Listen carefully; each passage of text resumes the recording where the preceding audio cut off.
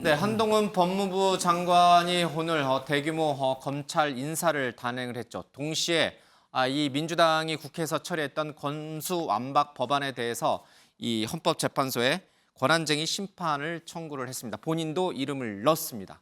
자, 이게 한번 민주당과는 한번 붙어보겠다 이런 의지가 좀 담겨 있는 것 같고요. 그를 위해서 대규모 검찰 인사도 단행을 좀 했습니다. 자, 영상 보고 와서요. 저희들이 OX 의문 좀 풀어보도록 하겠습니다. 2022년의 대한민국에서 이런 동기로, 이런 절차로, 이런 내용의 법률이 만들어지는 것을 대한민국의 헌법이 허용하는 것인지를 국민과 함께 헌법재판 절차에서 진지하게 묻겠습니다. 과거에 국회 절차적 입법 위반을 따졌던 사례에서 개선 입법을 이제 명한 적은 있어도 헌재가 무효를 한 적은 선례가 없는데 그 점은 어떻게 생각하세요? 과거에 이런 입법이 있었는지, 이런 절차의 입법이 있었는지, 이런 정도로 국민에게 70년 동안 유지되어 온 형사사법 절차를 바꾸면서 공청회 한 번도 안 했던 이런 식의 입법이 있었는지 저는 되묻고 싶습니다. 그 장관님께서 직접 변론에 출석하실 예정이신가요? 저희 법무부는 헌법재판에도 경험이 많은 편입니다. 가장 효율적이고 가장 잘 설명할 수 있는 방법을 선택할 건데요. 필요하다면 제가 나갈 수도 있겠습니다. 예, 제가 잘못 말한 것 같은데 어제 있었던 얘기고요. 검찰 인사는 이제 오늘 있었는데 어쨌든 오늘 대규모 700여 명이 넘는 대규모 검찰 인사는 검수완박과는 전혀 무관하게 과거에 그런 검찰이 과거의 수사권을 강화하는 그 시절로 계속 돌아가겠다라는 의지가 좀 천명된 것 같습니다. 네 분께 좀 여쭤보고 싶습니다. 한동훈 법무부 장관이 국회를 상대로 권한쟁의 심판 할 수 있는 거죠? 충분히 할 수 있는 거죠. 법무부 장관이니까요.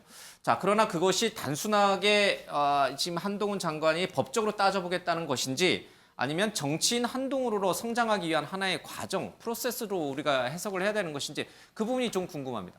자, 정치인 한동훈으로 가는 과정이다라고 생각되시면 아니다. 이거는 이 법안 자체가 문제가 있기 때문에 법적인 부분만을 좀 따져보기 위한 법무부 장관직으로서의 단순한 행동이다라고 하면 X 이렇게 하겠습니다. 정치인 한동훈으로서의 가는 과정이다.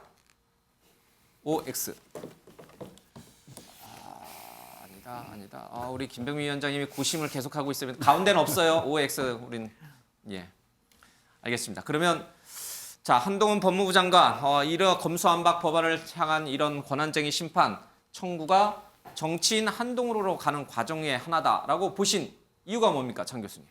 법무부 장관으로서 할 역할을 하는 거예요. 근데 나중에 결과론적으로 보면은 저것은 정치적으로 예를 들면은 권한쟁의 심판에서 법무부가 이겼다, 승소했다라고 판단이 되면은 한동훈 법무부 장관에게는 앞으로 정치를 해 나가는 데 있어서 굉장한 스토리가 될 거예요. 그러니까 민주당이 국민의 뜻에 반하는, 그리고 당시에 국민의힘이라는 야당이 반대하는 저런 검수완박 법안에 대해서 밀어붙이기식으로 처리를 했는데 당시 국민의힘이 막으려고 많은 노력을 했지만 결국에는 막지를 못했거든요. 근데 권한쟁의 심판을 통해서 저것이 잘못됐다라고 판정을 받게 되면 국민의힘이라는 집단이 못했던 거를 한동훈 법무부 장관이 해냈구나 라는 정치적인 상징적인 의미를 부여받을 수밖에 없어요. 170석의 거대 야당을 꺾었구나. 그렇죠. 그러니까 이게 기본적으로는 말씀드렸듯이 법무부 장관으로서 본인의 소신에 맞는, 이 법안은 정말 70년의 형사소송법안을 획기적으로 바꾸는 건데 공청회 한 번 없이 절차상의 하자가 있고 위장탈당하는 등 많은 잘못이 있는 법안 바로잡아야 돼라는 사명감으로 시작을 했을 거예요. 하지만 결론적으로는 정치적인 큰 스토리를 갖는 것이다 라고 말씀드립니다. 알겠습니다. 정치인으로서의 행보다 이렇게 보시는군요. 박원석 의원께서는 아니다. 그냥 법무부 장관으로서 할 수 있는 그냥 행정부의 장으로서 권한쟁의 심판을 한 것이다. 이렇게 보신 이유가 뭐예요? 아니 일단 그거죠. 행정부의 어쨌든 장관으로서 대한민국 정부를 대표해서 지난번 국회에서 통과됐던 검수완박법에 절차적, 실체적 위헌성을 다투겠다라는 게 이제 1차적인 권한쟁의 심판의 의미이고요. 저는 한동훈 장관의 향후에 정치의 전망에 대해서 너무 이러저러한 추측들이나 기대 이런 것들이 많이 나오는 것 같아요. 근데 일부에서는 김종인 비대위원장 같은 분은 별의 순간 이런 걸 벌써 얘기하고 있는데요. 글쎄요, 정치를 하고 안 하고는 본인의 선택이죠. 그러나 저분이 차기의 국민의힘의 대권 주자가 될 만큼 경륜과 경험과 준비된 자질과 비전을 갖췄다고 전혀 보지 않습니다. 알겠습니다. 저는 그거는 좀 과도한 기대라고 봅니다. 지금부터 너무 벌써 띄워주지 말자 뭐 그런 의도가 아마 지금 박원석 의원님 말씀에 좀 담기는 것 같습니다. 정치인 행보로 읽으신 이유가 뭡니까? 그 조금 전에 이제 이준석 당대표 이야기를 저희들이 한참 예. 나눴지 않습니까? 사실은 이제 제거하는 수순이죠. 그러니까 이제 윤석열 대통령께서 이제 집권에 성공을 하고 난 뒤에 이게 집권 세력은 늘 유혹에 쉽게 이제 노출이 되는데 그 유혹의 핵심은 뭐냐면은 집권 세력이 당도 국민의힘도 한 몸 한 뜻으로 움직여주길 원하는 그래서 이제 사실상의 당에 대한 통제권을 행사하기를 원하죠. 이런 유혹에 굉장히 강하게 이제 노출이 되는데 그것의 이제 완성판이 뭐냐면 2024년도 총선입니다. 예. 이 2024년도 총선에 이 한동훈 법무부 장관을 필두로 해가지고 윤석열 대통령이 개인적으로 인연을 맺고 있는 엄청나게 많은 검사 출신들을 출마를 시킬 겁니다.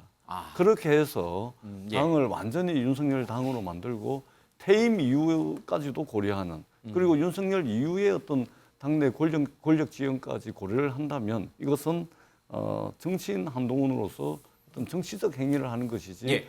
법무 행정을 하는 법무부 장관의 행위는 아니다 이렇게 생각을 합니다.